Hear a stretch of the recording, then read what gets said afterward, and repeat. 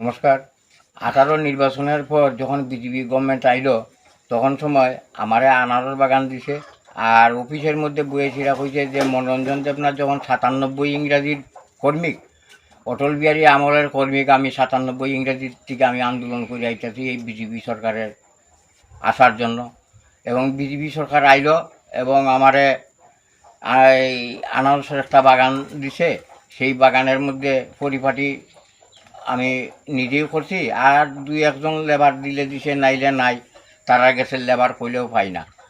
এরপরে বেনিফিশিয়ারির মধ্যে আনার বাগানেই তারা টাকা দিব খুঁয়ে ছিঁড়ে আমার বাড়িতে খবর দিল। আমি ব্যাংকের বই এবং উড্ডেল লইয়ে ছিঁড়ে গেছি।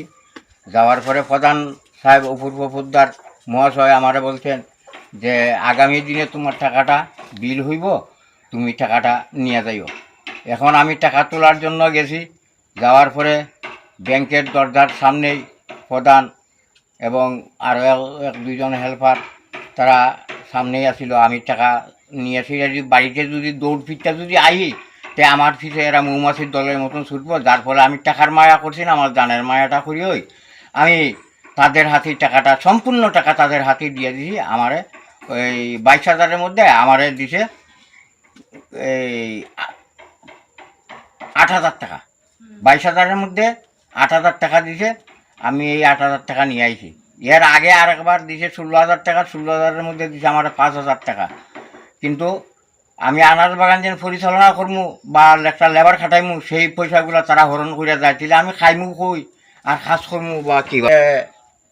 টাকা নিয়া তাল বাহানা, বেনিফিশিয়ারির টাকা, আনারস বাগানের টাকা, এটা অপূর্ব পোদ্দার মহাশয় প্রধান সাহেব তিনি এই সমস্ত করিয়াশিরির আমার কাছে এই টাকাগুলো নিছেন। এখন আমার বেনিফিশিয়ারির মধ্যে টাকা ঢুকাইছে। ঢুকানোর পরে আমার বাড়িতে খবর দিল। আমি খবর পাই সেটা গেলাম।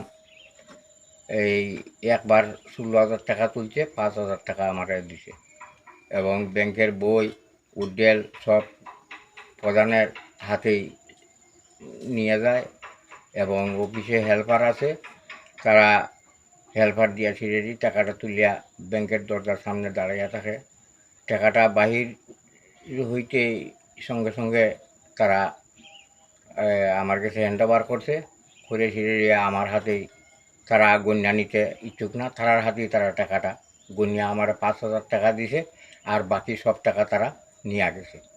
এরপরে আমি নিষেধ করছি।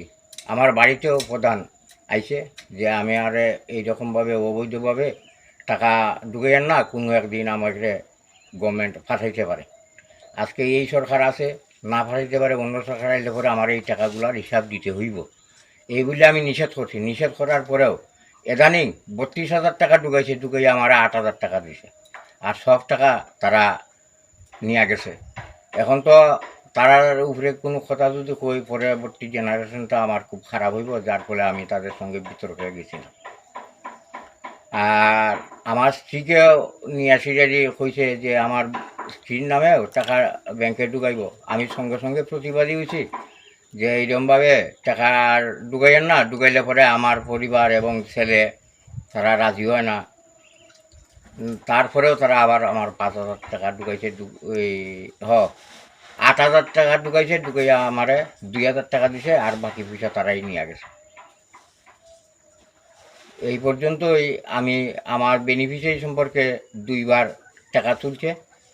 তোলার পরে আমারে যত সামান্য একটা দিল, আর বাকি পয়সা তারা নিয়ে গেছে। আমার লগের সঙ্গী সাথীরাও আরও অনেক আসিল, তবে তারারে সরাইয়া রাখছে, আমার সঙ্গে মেলামেশা করতে দিছে না। আমার মতো বেনিফিশিয়ারির মালিক আছে এরা।